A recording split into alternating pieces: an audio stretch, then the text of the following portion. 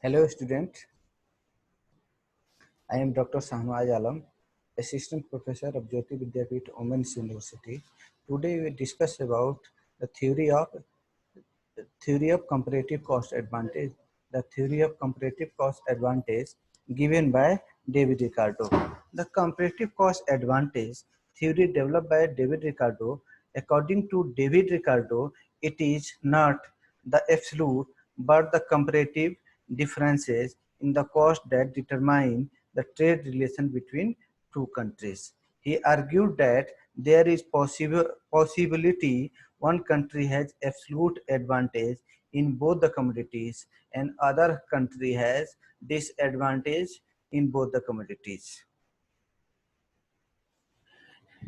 It followed that each country will specialize in the production of those commodity in which it has greatest advantage, and second country produce and export those goods in which he has least disadvantage.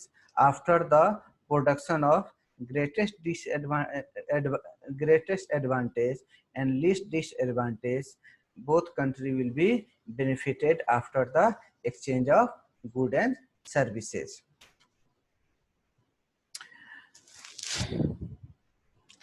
The Ricardian theory of comparative cost advantage also based on some following assumptions.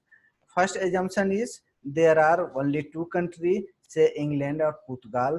Second, they produce the same two commodities, say wine or clothes.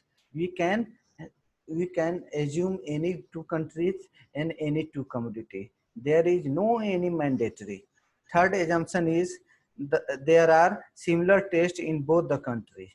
That means demand pattern are not different for both the in both the countries. Fourth है labor is only factor of productions. Fifth assumption is supply of labor is unchanged. That means supply of labor is fixed over the productions. Next assumption is all unit of labor are homogeneous, not heterogeneous. Next, price of two commodities determined by factor of productions. That means labor cost. Eighth assumptions, country produce under constant return to a scale. What is constant return to a scale? If country increases the inputs, outputs also increases with the same level of amount. That is called constant return to scales.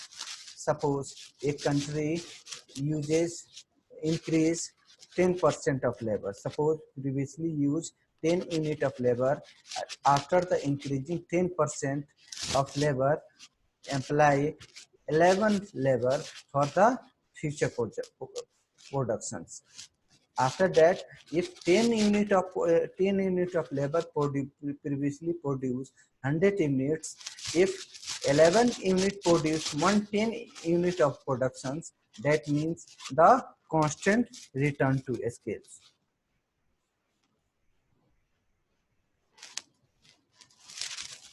Next assumption is factor of production are perfectly mobile within the country and immobile between the countries. Next assumption, trade between two countries based on free trade.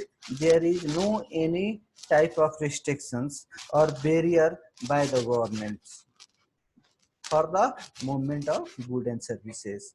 Next, no transport and selling cost involved between the two countries when both countries involved in transfer of goods and services.